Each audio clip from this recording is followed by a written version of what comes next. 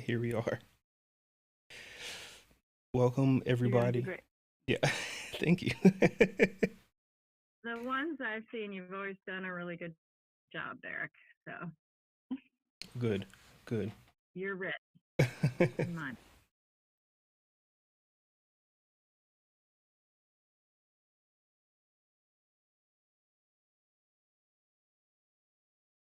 Oh my.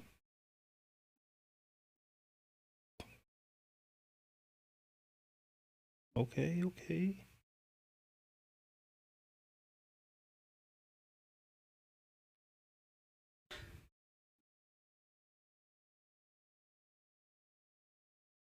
And then let me hit the record button. Start recording. Hey, everybody. Welcome to the Dream It Created webinar and information session. My name is Derek Craig. I am the program manager of the Creative Cities Grant Program here in Fitchburg. I am also the Chief Visionary Officer at Coffee Corp, who is facilitating the Dream It Creative program in partnership with the Fitchburg Creative City Partnership, funded by Mass Development TDI and the Bar Foundation as part of a broader creative economy initiative. I'm really excited to get into some of the guidelines. Just go over a brief overview of the Dream and Creative program for those who are unfamiliar. For those who have applied in previous years, to the awardees of previous years, there may be some changes in approach to year 3. However, with that comes greater opportunities. Off camera with me today, I have 2 of the 5 selection committee members, Kimberly LeBlanc from Community Development Office in the city of Fitchburg, and Rebecca Wright from Fitchburg Art Museum. We're gonna get started here shortly. We are live on Facebook. Again, my personal Facebook on Derek Craig. We'll share this to Coffee Corp and Fitchburg Creative. And if you're watching on YouTube or Twitch, welcome to the Coffee Network. Make sure you guys hit that follow button, subscribe button. It's not always educational content or informational content, but content nonetheless.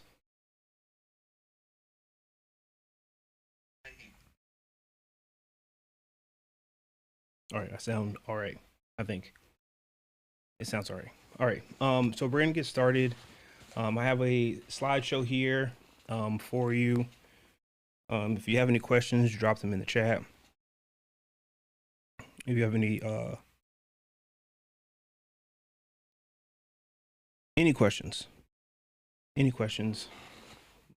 love to answer them this evening.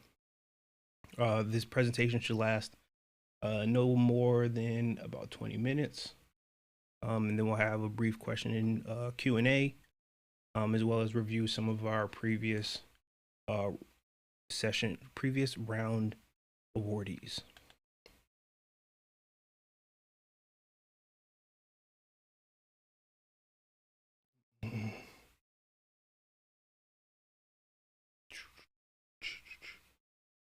Can I? Okay. Open the slideshow. So, as I mentioned, we are here at the Dream It Created webinar and information session. So first, let's start off with this Dream It Created program description. The Dream It Created grant program intends to help advance as one of the most culturally unique and creative cities in America. So for 2025, this grant aims to support placemaking, placekeeping, I should have changed the slash here. I get confusing. But placekeeping projects that will directly involve and impact residents, visitors, and or businesses in Fitchburg's neighborhoods. So what we are looking for, what is placemaking, what is placekeeping? General definitions, if you go on Google, it's placemaking is community-based participation at its center. An effective placemaking process capitalizes on a local community's assets inspiration, and potential, and it results in the creation of quality public spaces that contribute to people's health, happiness, and well-being. Now, placekeeping is the active care and maintenance of a place and its social fabric by the people who live and work there. It is not just preserving buildings, but keeping the cultural memories associated with the locale alive while supporting the ability of local people to maintain their way of life as they choose. Both those ones from the Project for Public Spaces and the others from the USDAC. Now, for the Dream It Created grant, we are looking to empower creative placemaking in our community. So for us, it's an investment into transforming and energizing our shared spaces. We believe in the power of creativity to shape our community, enhance our quality of life, and drive positive change.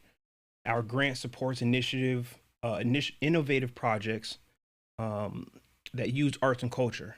It could be revitalizing underutilized spaces in the city, bringing diverse community members together, strengthening our local creative economy, or addressing social challenges through artistic expression.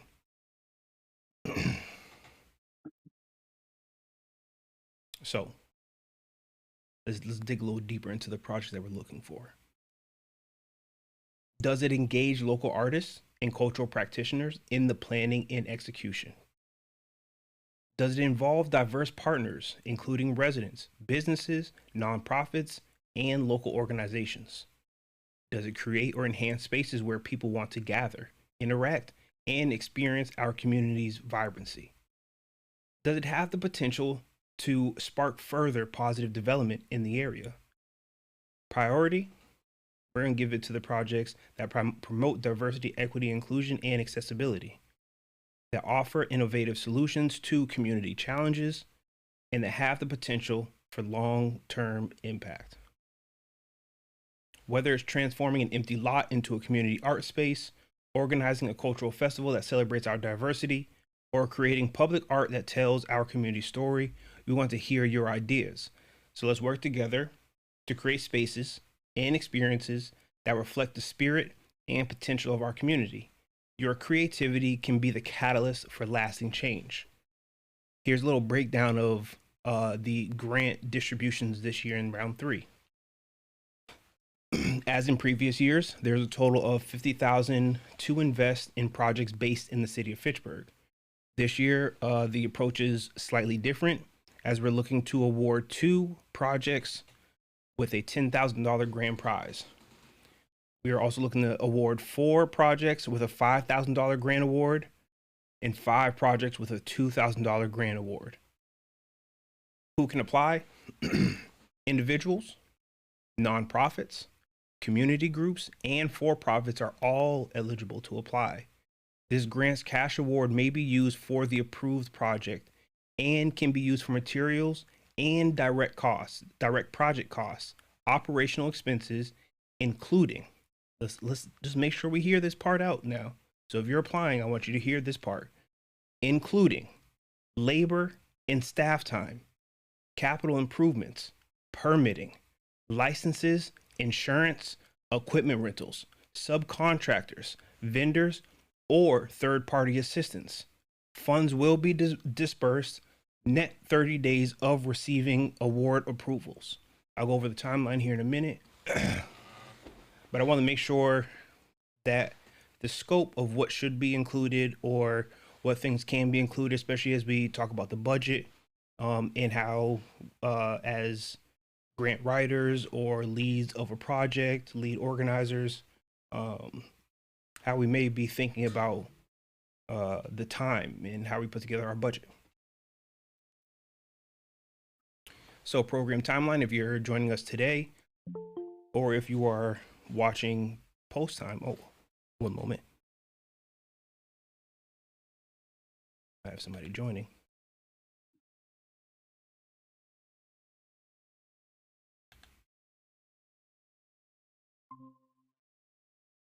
Hey Theo, thanks for joining us. If you want to just stay mute for a minute, we're going to go through the project timeline, and but we're just now going over the guidelines. We are live So don't say anything crazy on the recording.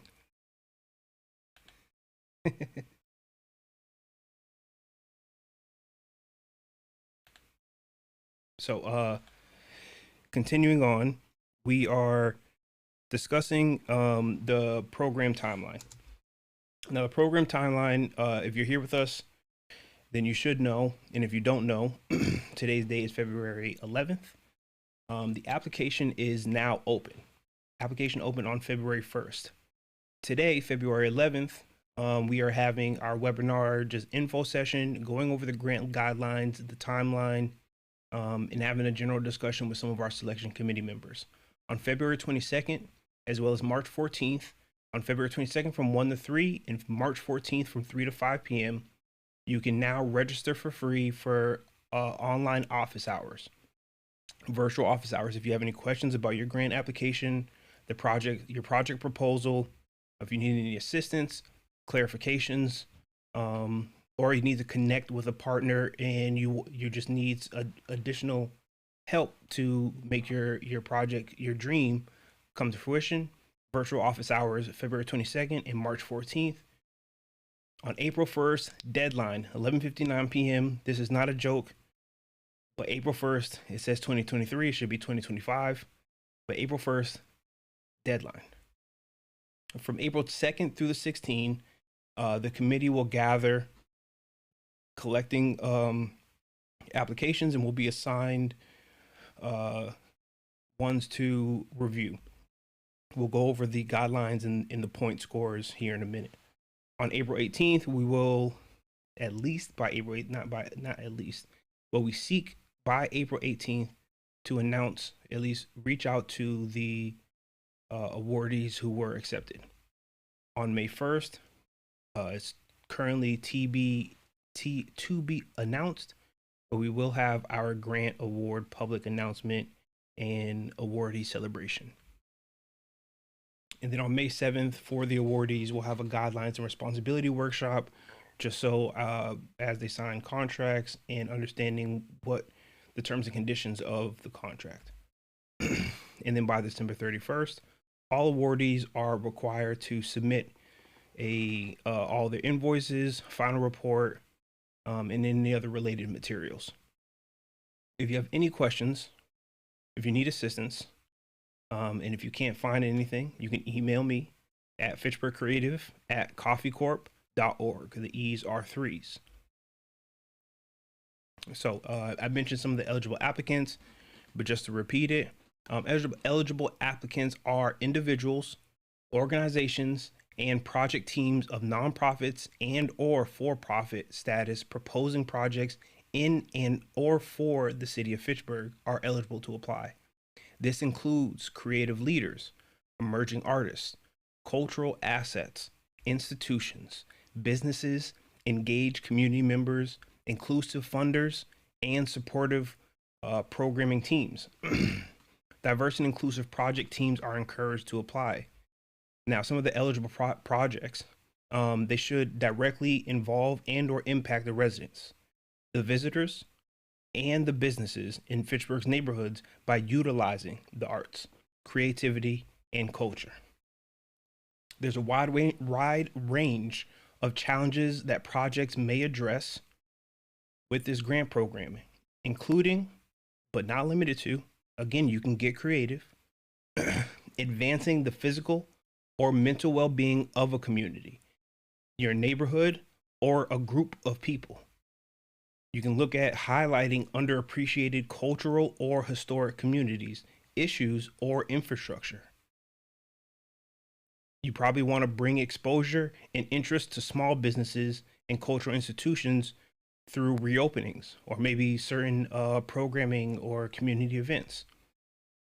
You may want to improve public spaces, access to safe pedestrian and bicycle transport, and more. We're going to talk about one of the Quarry Lane Pocket Park, which was one of our year one applicants.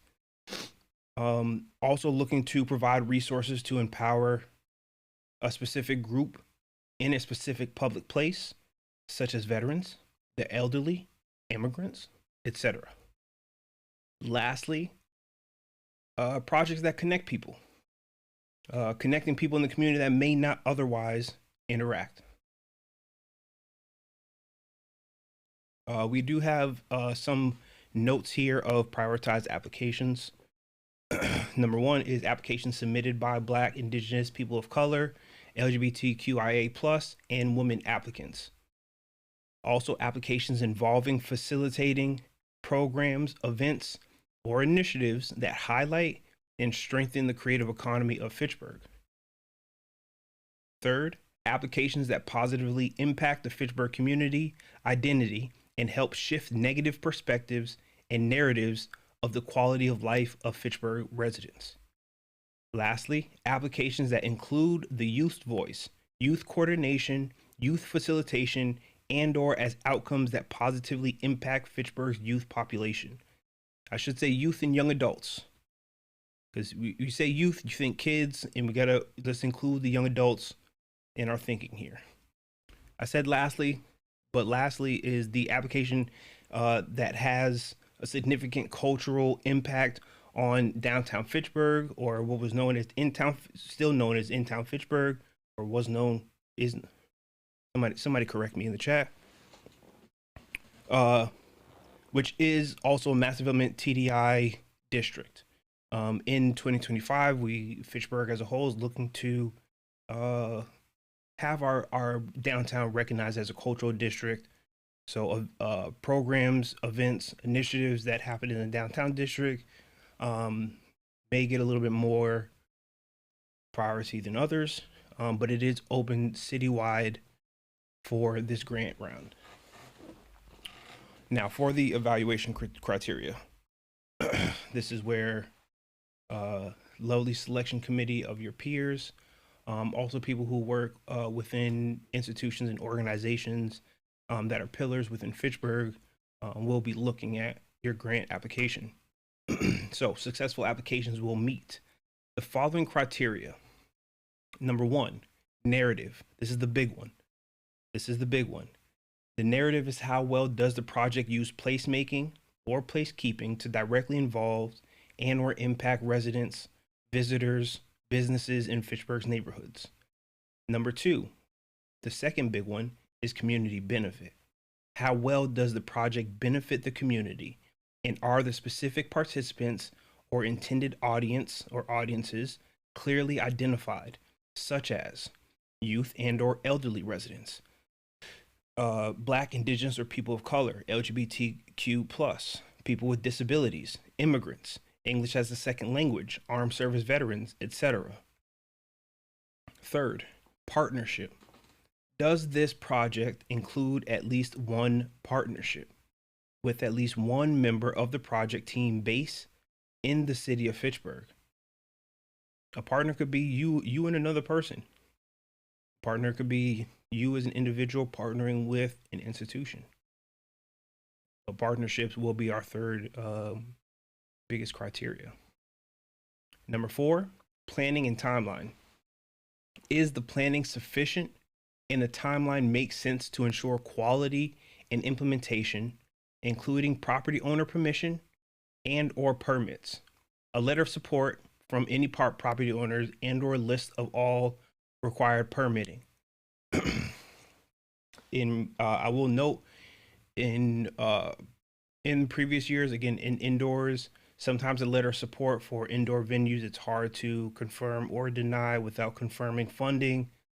So that is just something to note as people look to get some of those letter supports from property owners, where you may have to pay a fee or other related costs that come with it.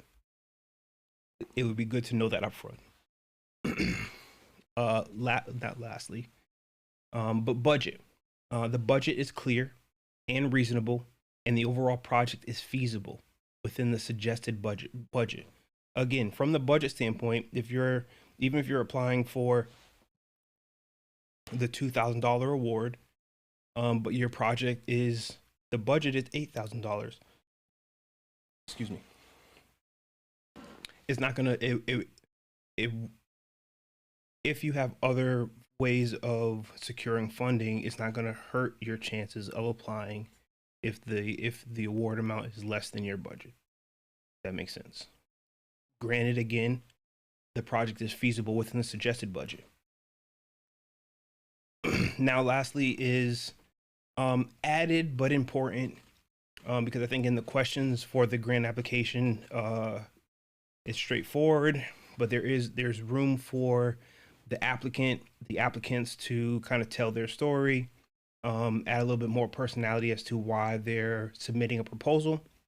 But we do want you to describe underutilized space, or the space that you're using, that you're looking to engage with your project.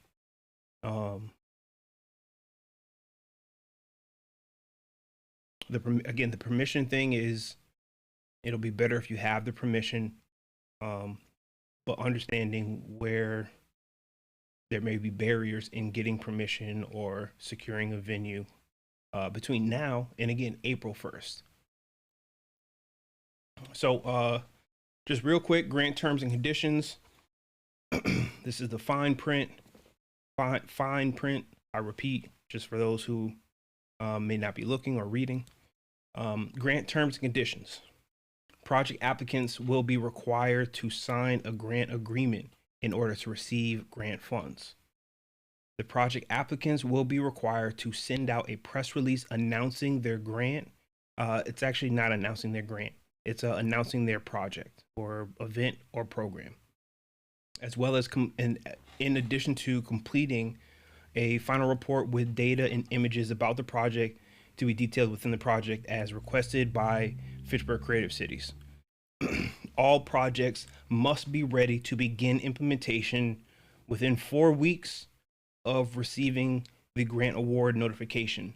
This includes preparation meetings and complete implementation by December 31st, 2025. That means a lot of people, I saw a lot of people were like, hey, let's get together, let's plan this out today. Fantastic. Because as you'll go through the grant application, there will be space for you to fill out your timeline starting in April through December, as to what you're going to be working on, how you're getting through each implementation steps. Now, before I move forward, so team, do you guys have any questions, comments? I do have a couple previous examples that I was going to go through. I wanted to check in with you all, see if you had any questions, comments, concerns on the guidelines, what you should be looking for, what you will be looking for. Anything sticking out right now, or we can move on.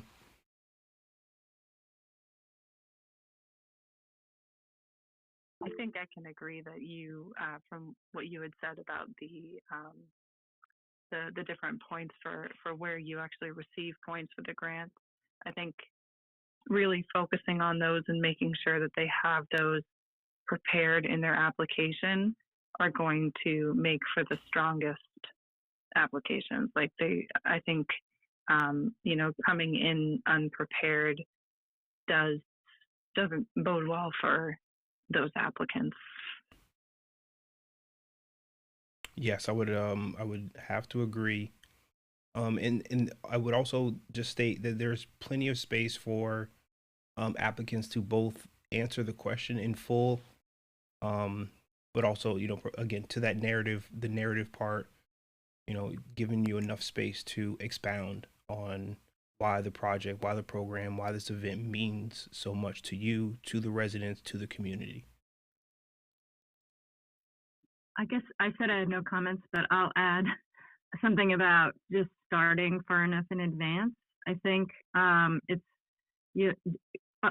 following on what Kim said, I think that the application will be stronger if you take the time to develop the answers to those different areas that they're scoring in, such as partnerships, also your budget, getting letters of support. All of those things take time to reach out to partners or reach out to get quotes on your budget. And so I would just recommend starting a few weeks in advance, if not now. Thanks. They say, good event coordination and management. You should be 2-3 months ahead of schedule, um, in announcements, in all of those things. Now, admittedly, again, I don't want this to deter people who are interested or trying to see if they're interested, because even with experience, it's still hard. It still is hard to see the future. But yeah, I want to echo, like, as you're listening to this, watching this, reviewing the guidelines and the application on your own time, um, start with that outreach those partners, get that support. Even you might want to think about sponsors and donations, and there are many things that, as you're developing, whether or not you receive the grant, things you should be thinking about putting on paper, and really having a map to your proposals. So speaking of proposals, I want to bring up a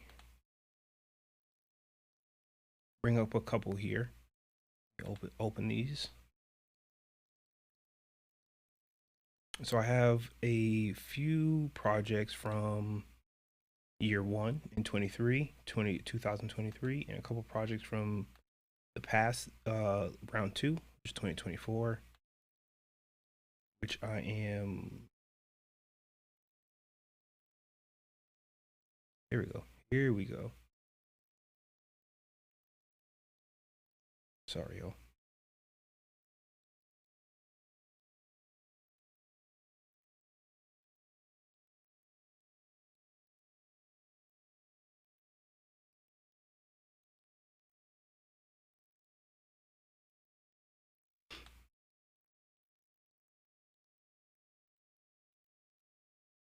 All right. So first up on just reviewing some of previous years' applications, we have the Dirty Kid Apocalypse, which took place in 2023, May 2023, and this actually took place in at the Fitchburg Art Museum.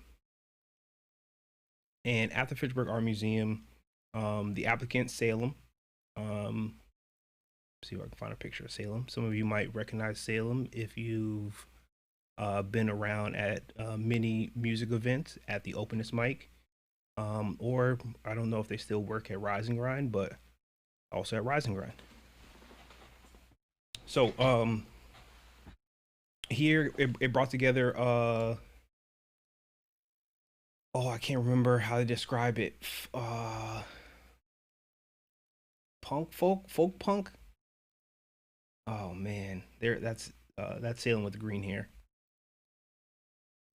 And but the event was fantastic because this was a high school student looking to successfully pull off a pop punk. No, it's not pop. I should know this. But wanted to bring together a festival outside of a specific niche genre. They told me, I was like, how do you know? Oh yeah, it's like, how do you know when you see a dirty kid? And they were like, you'll know, like when they all get together, that they identify as such. So it was very nice to be in attendance at this event, to see a community come together, to see music be played at an institution that has opened its doors time and time again for not just museum activities, but all type of cultural and creative activities. And for people just to use this space specifically in front of Thurston, in this manner. And one of the gentlemen who performed and was, basically exclaimed that, what is community organizing? And it's like, this is community organizing. Anytime that you can bring, like-minded people and people within your community together, that is community organizing. That is, starting something that's, bigger than we can imagine, has a ripple effect. So that was fantastic. Another project that I wanted to highlight, and again, these highlights are, thinking big and small in how you can approach these. and also creatively. Here we have the Gateway Rock Garden Project. And over the summer of 2023, Amber Haney worked on identify a plot of land inside of Gateway Park that they wanted to add a little public art to. Very simple, which is, as you see here, planting stones in the ground. Not planting stones, but placing stones in the ground. Taking a certain amount of those stones and having an art activity. So at various events, participants of those events were able to go to the table and paint a unique rock, how they would like it. And it would be featured in the Gateway Park for people as they walk through the park, just casually see artwork. This was good because it brought a lot of community folks together. Again, it popped up at many different events and activities to gather all the materials to fill the identified piece of land. And within I think it was like 6 months, 4 or 5 events where Amber popped up, you get your final result of unique pieces to residents within the community that now exist in a community publicly accessed park. Another project that took place in a publicly accessible park is the Low Park Chalk Art Festival, which I believe is going into its 3rd year. And this was the first year presented by Shara Osgood and a few others.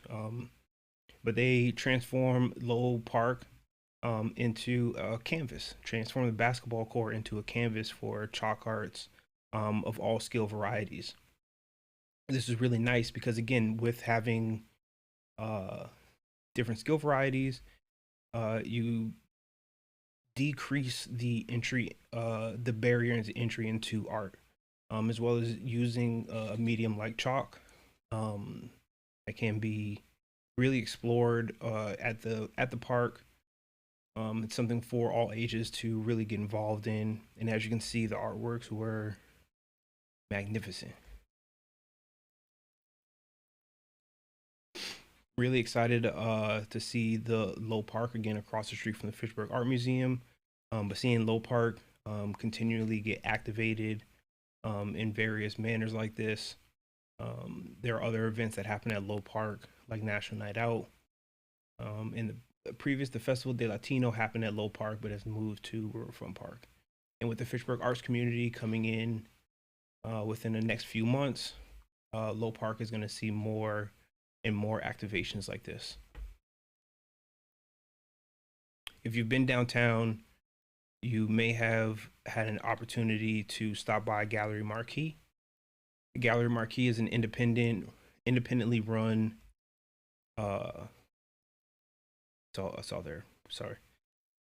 independently run gallery, and it is located in the theater block across the street from City Hall and next door to Popper's Pantry.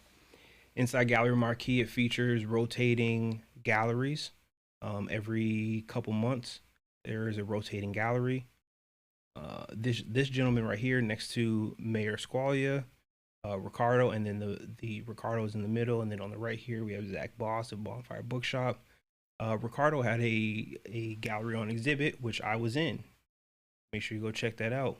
Maybe buy my portrait. That'd be nice. It'd be even nicer if you gifted it back to me. I'm just kidding.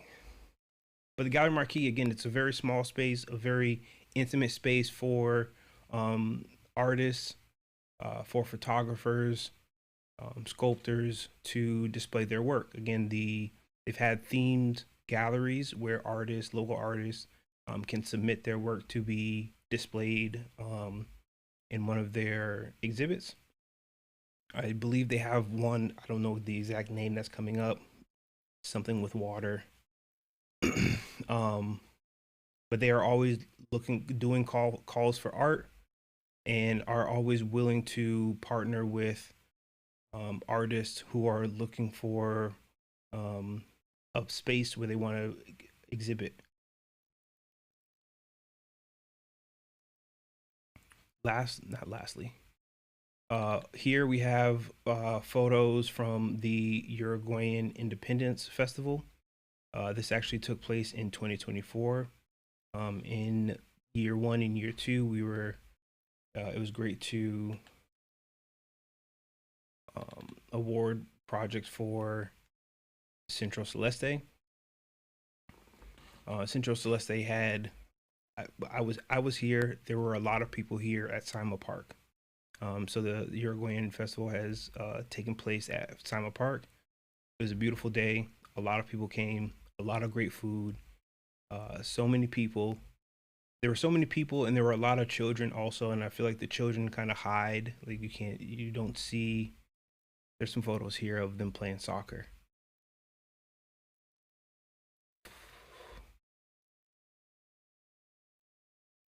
There's a lot of photos. I'm not gonna go through all the photos here. Um, but the Central Celeste, you can catch them not only here at the Uruguayan Independence Festival, which I believe already has a date for 2025. But also doing many events both in the city of Fitchburg and in the North Central Mass region. And lastly, we have the Fitchburg Fandom Festival, which took place at the Fitchburg Art Museum. There I am interviewing a panelist. We also had many demonstrations, swords, games, illustrators, comic books, dancing, hip hop. They brought together a lot of different pop culture, as well as had a sensory friendly room for those who needed it. And it brought together a lot of different community members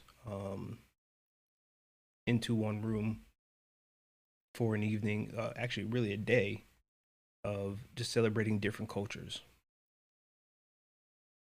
This event was presented by and organized by Merrick Henry, pictured here. We also played D&D. I forgot about that. D&D, not D&D. Dungeons and Dragons. It was a good time. It was a good time. A great event to be a part of, and also a great event to like connect some of the different things. Like we talk about different programs that take place in the city of Fitchburg, and how they play with one another. So like having the gaming department in Fitchburg State, and also media and communications, and to see some of the past alumni participate in this event as like experts in the given field, also being from the area. It's like kind of the a lot of things that we want to keep building. We want people who are from here, live here, work here, play here, go to school here.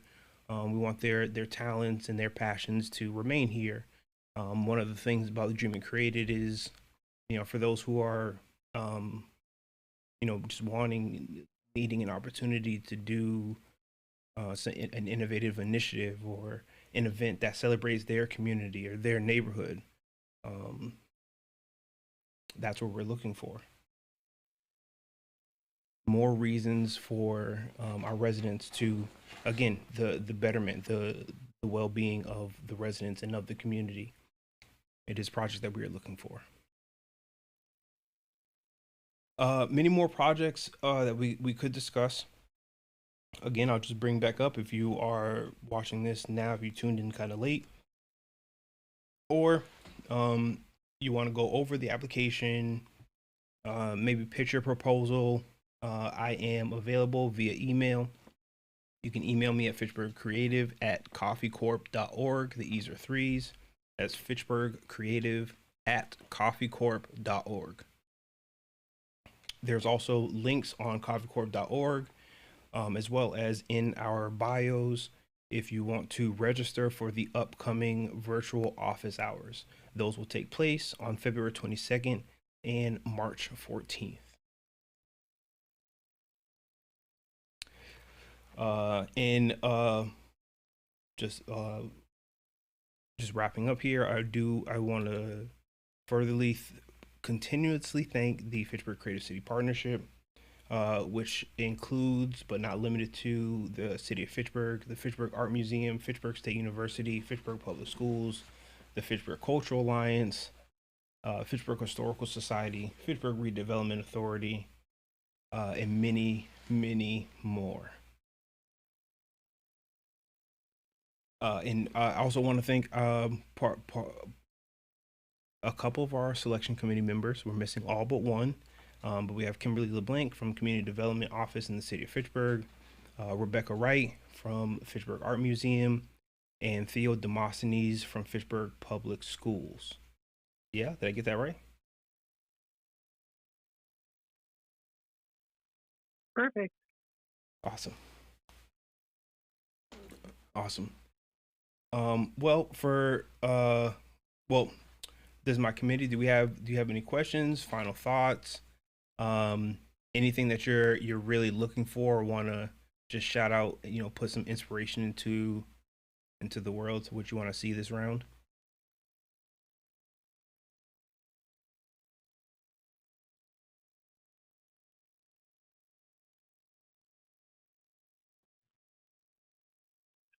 I will say that one of the things that we, I think as a community, building community and building diversity and encouraging the community to find ways to, um, you know, come together as a community is huge for us right now.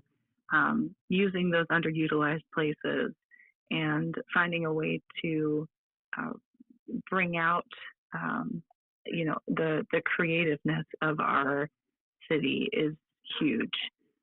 So any way that we can, any way that we can support um, our community in building that, building that culture is what I'm the most excited about.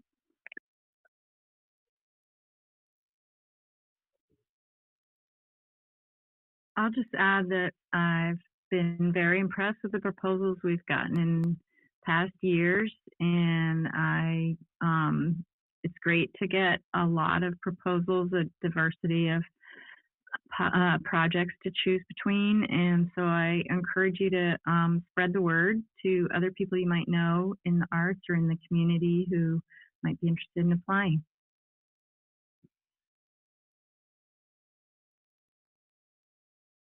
I second that.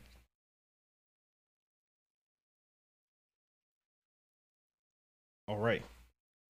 Well, for the people who have tuned in to this virtual webinar and info session, thank you very much for your time. My name is Derek YDD Craig, Chief Visionary Officer of Coffee Corp, Program Manager of the Fitchburg Creative City Partnership.